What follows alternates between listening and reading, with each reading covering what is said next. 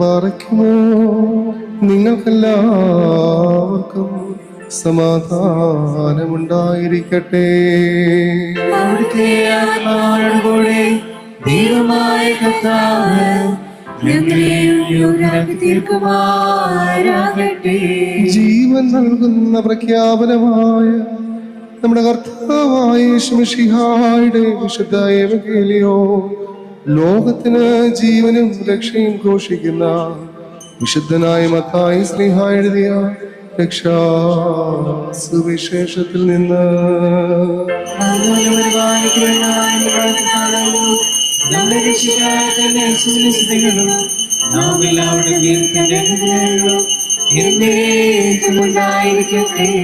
വിശുദ്ധ കന്യകമറിയാമിൽ നിന്നും ശരീരം ധരിച്ച ദൈവത്തിന്റെ ജീവനുള്ള വചനവും നമ്മുടെ കർത്താവും ദൈവവും നമ്മുടെ രക്ഷിതാവുമായ യേശുമിശിഹായുടെ മനുഷ്യാവതാര കാലത്ത് ഇവ ഇപ്രകാരം സംഭവിച്ചു.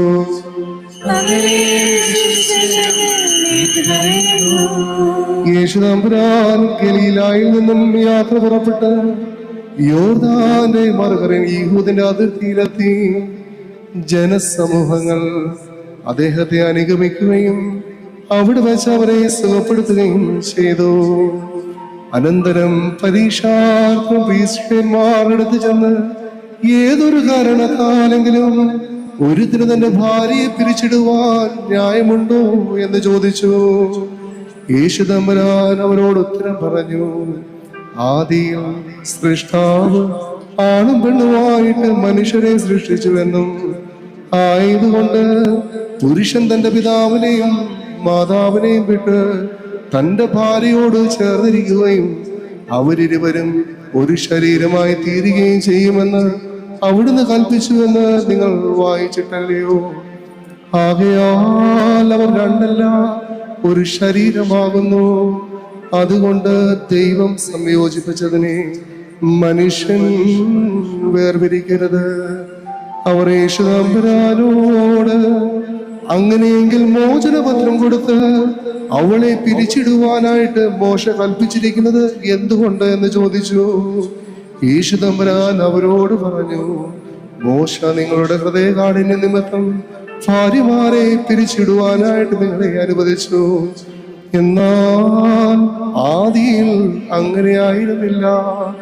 ഞാൻ നിങ്ങളോട് പറയുന്നു, വ്യഭിചാര കുറ്റം കൊണ്ടല്ലാതെ സ്വന്തം ഭാര്യയെ ഉപേക്ഷിച്ച് മറ്റൊരുത്തിനെ പരിഗ്രഹിക്കുന്നവൻ ചെയ്യുന്നത് വ്യഭിചാരമാകുന്നു.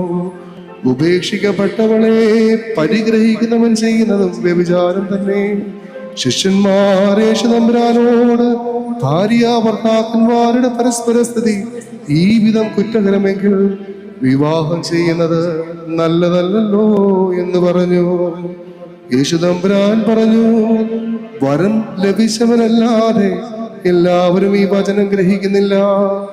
എന്തുകൊണ്ടെന്നാൽ ജന്മനാ ഷണ്ഡന്മാരായിട്ടുള്ളവരുണ്ട്, മനുഷ്യരാൽ ഷണ്ഡന്മാരാക്കപ്പെടുന്നവരുമുണ്ട്. സ്വർഗരാജ്യ നിമിത്തം തങ്ങളെ തന്നെ ഷണ്ഡന്മാരാക്കുന്നവരുമുണ്ട്.